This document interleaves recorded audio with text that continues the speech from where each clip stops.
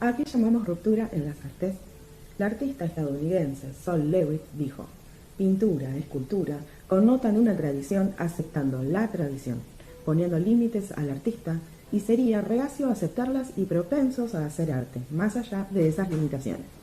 De acuerdo con este pensamiento, ya no corresponde hablar de pintores si hablamos de los integrantes de las corrientes que surgieron desde entonces, que desafiaron esas limitaciones, ni calificar de pintura a sus obras. Lo apropiado entonces sería solo referirse a ellos como artistas y a lo que hacen como arte. Las rupturas en el arte surgen en la modernidad, que se registran en el siglo XVI aproximadamente, donde surge el cambio de paradigma teocéntrico a antropocéntrico. Surgen también muchos avances y cambios tanto políticos, sociales, tecnológicos, filosóficos. Y en la primera mitad del siglo XX se realizan las primeras rupturas que cuestionan a la modernidad. En el clima de posguerra se cae la modernidad y surge la posmodernidad. Es un estado de desconcierto y carece de creatividad. En la etapa contemporánea, el clima de época es de un pensamiento de lógica distinta y discontinua de tiempo. Vuelve al pasado, presente y futuro. El conocimiento ya no estará reservado para un solo campo, sino que es para todos. El artista argentino Luis Felipe Noé fue un rupturista en el campo del arte pictórico. En el año 1961 formó parte del movimiento de la neofiguración, la figuración ecléctica. Sus obras tratan de personajes y artes abstractos. Se planteó entre sus libertades expresionistas la reinclusión alterada de la figura humana. En uno de sus viajes de capacitación a Europa, Noé concurrió a un museo donde observó obras magníficas de una época burguesa, de valores estables, centradas en el cristianismo, y se dijo: esta pintura tiene relación íntima con su tiempo, yo lo admiro por eso. Por lo tanto, no tiene ningún sentido en una época tan distinta como la actual querer pintar como esos pintores. Hay que hacer totalmente lo contrario, tensiones, rupturas, y ahí empecé a hablar de visiones quebradas, cuadros divididos, y por último, asunción del caos. En 1965 y 1967 Noé viaja a New York, donde realiza y expone instalaciones, introduciendo el desmadre, una obra de cuadros juxtapuestos. Por 9 años Noé deja de pintar y en el 1987 se instala definitivamente en Buenos Aires, retoma sus instalaciones y le suma los cuadrípticos instalados como murales. Para Noé pintar era un modo de expresión como un juego, una defensa tenaz, y él teoriza en su libro Antiestética, ruptura de la unidad, la asunción del caos o la visión quebrada. Otras rupturas que podemos observar en su modo de realizar sus obras son en los materiales. Él inventaba y diseñaba sus propias herramientas. Utilizaba materiales de desecho como trapos, esponjas, pinceles viejos y palitos.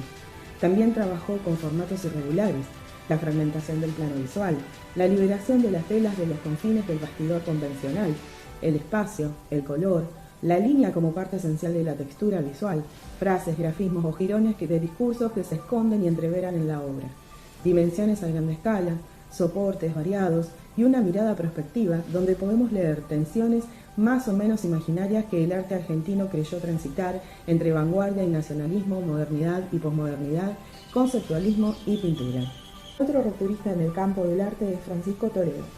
Fue un artista mexicano de origen zapoteca. Formó parte de la ruptura, nombre que recibió el conjunto de artistas mexicanos y extranjeros radicados en México en la década del 50. Fue un movimiento surrealista que comenzaron a oponerse a los gastados valores de la Escuela Mexicana de Pintura, de las que formaban parte los muralistas mexicanos David Alfaro Siqueira, Diego Rivera y Clemente Orozco, entre otros, cuyas temáticas eran nacionalistas, izquierdistas y revolucionarias, corriente artística hegemónica desde la Revolución de 1810 en México, cuya misión era educar a la población del pasado hispano, pero esto a Toledo le es ajeno. Si bien Toledo maneja una iconografía mexicana, lo hace de una forma propia, reimaginada, y sin temor al romper o al apegarse a un proyecto ideológico en particular. Él rompe con los cánones establecidos por los muralistas clásicos. Esta rebelión que manifestó este artista fue a favor a la libertad de la creación artística en México, dando una apertura a los valores estéticos universales y contra lo preiconizado por los muralistas. Enfrentó un dominio sobre las ideas del arte, fue controversial y protagónico en el panorama histórico mexicano. Era importante cambiar la percepción y Toledo se condujo al extremo internacional y universal, incorporando valores más cosmopolitas, abstractos y políticos en sus obras, buscando expandir su temática y estilo. Sus obras se caracterizan por el toque irreverente, provocativo y transgresor, por las referencias al istmo, a la cultura zapoteca y mexicana en general, y también por la presencia de los elementos de la tradición occidental. En el siglo XX fue un artista más autónomo. En lo contemporáneo fue el más variado y obstinado de los representantes de la época. No recurre a los legados de su pueblo, él fue más allá. Sus obras exploran lo que hay en la superficie y para adentro. No es mimesis lo suyo, fue más bien un símil, la figura retórica que traza semejanzas, procesos mágicos que hay en la naturaleza y en el acercamiento a su comprensión por parte de los hombres. También podemos observar la abstracción geométrica, procesos sasanianos, mientras que en la figura oaxaqueña preside el croquis lineal, un diálogo del lenguaje occidental y americano. Se lo reconoce como mestizo.